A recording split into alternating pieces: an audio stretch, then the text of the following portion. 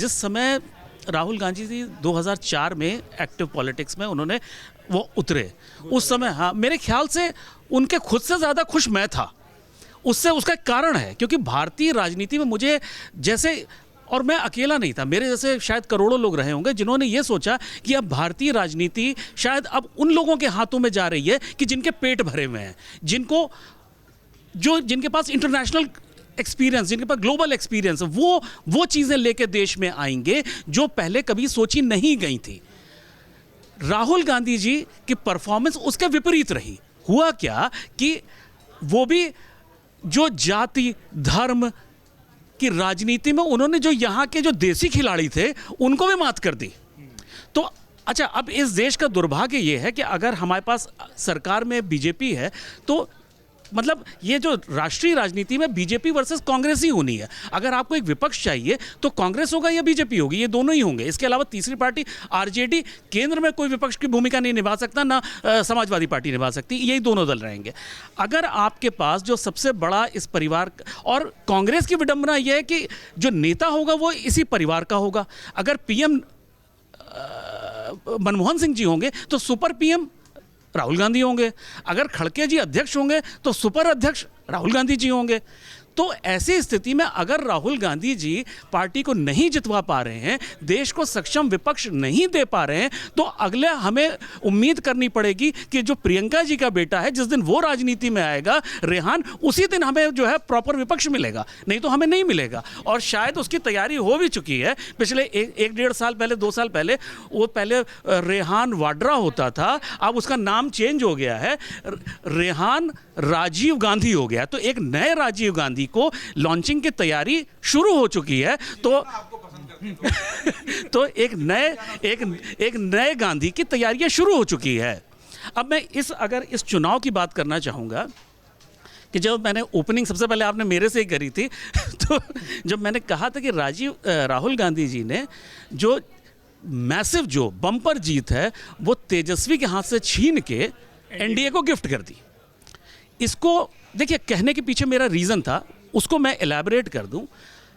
आप एक काल्पनिक सा एक मामला ले आए कि वोट चोरी हो रही है, वोट चोरी हो गई जी, बहुत बड़ी, पता नहीं कहाँ से चोरी, किसकी जेब से, किसकी जेब से कट गई, कहाँ चोरी हो गई, कुछ पता ही नहीं चला। उनका काल्पनिक उन्होंने चोरी कर ली। अब 2019 में इन्होंने एक वो जुमला लाए थे, चौकीदार चोर है, बुरी तरह हारे। मेरे ख्याल से वो शायद कांग्रेस की सबसे कम सीटें रही होंगी उस समय। उसके बाद क्या हुआ, वो उससे उन्होंने सबक नहीं लिया। अच्छा, राहुल गांधी जी के साथ सबसे बड़ी अच्छाई ये है, वो अपनी हार से सबक नहीं लेते, उसी के ऊपर वो और भी बिल्ड करते। नहीं, मैं अच्छा बुरा तो एक सेकेंडरी चीज़। देखिए, वो अच्छा एनडीए के लिए हो सकता है, वो देश के लिए अच्छा नहीं है, वो हमारे आपके लिए अच्छा नहीं है। अब क्या हुआ, इस बार उन्होंने नया लिया है, वोट चोर गद्दी छोड़। जब आपको ये पता है कि भारत का मतदाता निगेटिव राजनीति पसंद नहीं करता है तो आपको इससे बचना चाहिए था। नंबर 1 यहाँ तक आया।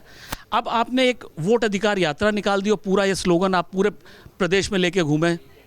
उसमें क्या किया आपने, जिस समय तेजस्वी को चुनाव प्रचार में लगना चाहिए था, ग्राउंड पे जाना चाहिए था, लोगों से मिलना चाहिए था, आपने उसको बुलेट चलवा रहे हैं, आप उससे हेलमेट लगवा के स्टंट करवा रहे हैं, आपने उनका टाइम वेस्ट कर दिया। उसके बाद क्या हुआ, सीटों के बंटवारे को लेके आप नाराज होकर चले गए विदेश। अब वहाँ पे तेजस्वी चुनाव प्रचार की जगह सीटों के बंटवारे पे लगे हुए हैं।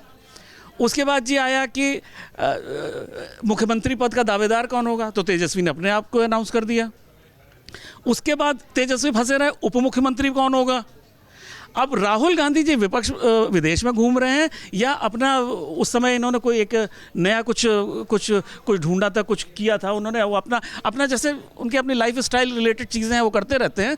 तो उसके चक्कर में हुआ क्या, तेजस्वी को जो काम ग्राउंड पे करना चाहिए था वो राहुल गांधी जी के द्वारा क्रिएटेड जो चीज़ें थी उसमें वो उलझे रहे। इसी बीच एनडीए ने क्या किया, बड़ी स्मार्टली जंगल राज को जो नैरेटिव बनाया, और उस समय तेजस्वी को उसे जो ब्रेक करना था वो मुख्यमंत्री, उप मुख्यमंत्री, मुसलमान, दूसरी चीज़ों में उलझे रहे। जिस समय करप्शन का नैरेटिव बना, आप उसको करप्शन की से लड़ने की जगह आप क्या कर रहे हैं कि आप उन चीज़ों से लड़ रहे हैं जिसमें आपको पढ़ना ही नहीं था। तो मैंने इसलिए जो मेरा ओपनिंग स्टेटमेंट था कि ये जीत इनके हाथ से छीन के गिफ्ट कर दी गई। और उसकी दूसरी तरफ एनडीए बहुत सिस्टमेटिक तरीके से कि पीएम मोदी लीडर हैं और नीतीश कुमार एक तरह से वहाँ के लोकल उसको जो है मतलब एक विजेता के तौर पे उनको प्रेजेंट किया गया। कौन नेता है, कौन सीएम है, कौन डिप्टी सीएम है, कोई कुछ पता ही नहीं। अगर आप ये वीडियो YouTube पर देख रहे हैं तो हमारे चैनल को सब्सक्राइब कर बेल आइकन दबाएं और Facebook पर देख रहे हैं तो हमारे पेज को लाइक करें।